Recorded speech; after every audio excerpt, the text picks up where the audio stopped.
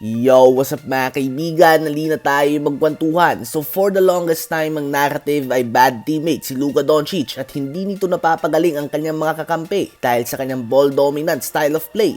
Ngunit mukhang iba nga ang sinasabi ng stats ng ilan sa kanyang mga kakampi. Si Daniel Gafford simula ng malipat sa Dallas Mavericks ay umangat ng sobra ang stats ito at sa 11 games na naglalaro ito bilang starter at kasama si Luka Doncic, siya ay nagtatala ng 14.7 points, 9.1 rebounds and 2.5 blocks per game on 80.7% shooting sa field. Sila din ay may perfect record na 11-0.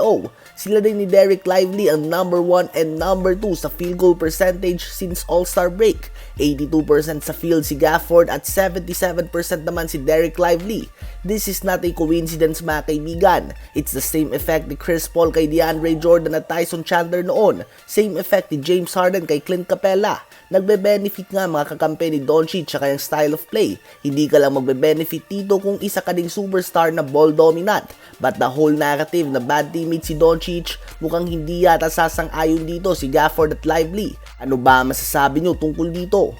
Ngayon ay tumungo naman tayo kay Stephen Curry at Draymond Green. Kahapon nga in less than 4 minutes ay napatalsik si Draymond Green sa isang must-win game kontra sa Orlando Magic. Sa isang game na wala din si Jonathan Kuminga, ang same player na sinuspinde at nangako na magbabago na at natuto na sa kanyang mga pagkakamali.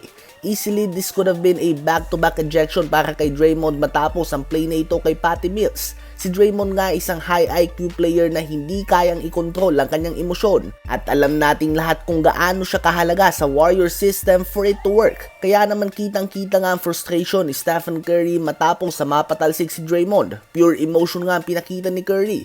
Emosyon ng isang player na gustong manalo at binibigay ang lahat ng kanyang makakaya only for his teammate to not control his emotions. At matapos nga nito ay ganito pang sasalubong sa'yo. Ayon nga sa mga fans ay kung sila nga daw si Steph ay ang sarap batukan ni Draymond Green.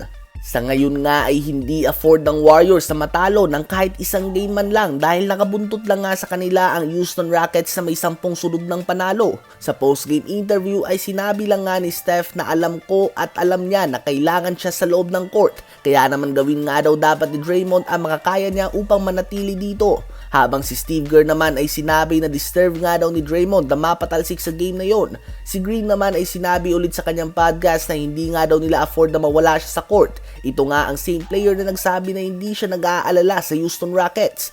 Kung ikaw nga si Steph ay talagang lalabas ang frustration mo, isang must-win game at hindi man lang makontrol lang kakampi mo ang emosyon nila to the point na mapatalsik ito not even 4 minutes into the game. Kung natalo nga ang Warriors, this may have cost them the whole season and possibly the end of the whole Big 3 era ng Warriors. Ano ba ang masasabi nyo sa paulit-ulit na pagkaka-out of control ng emosyon ni Draymond Green?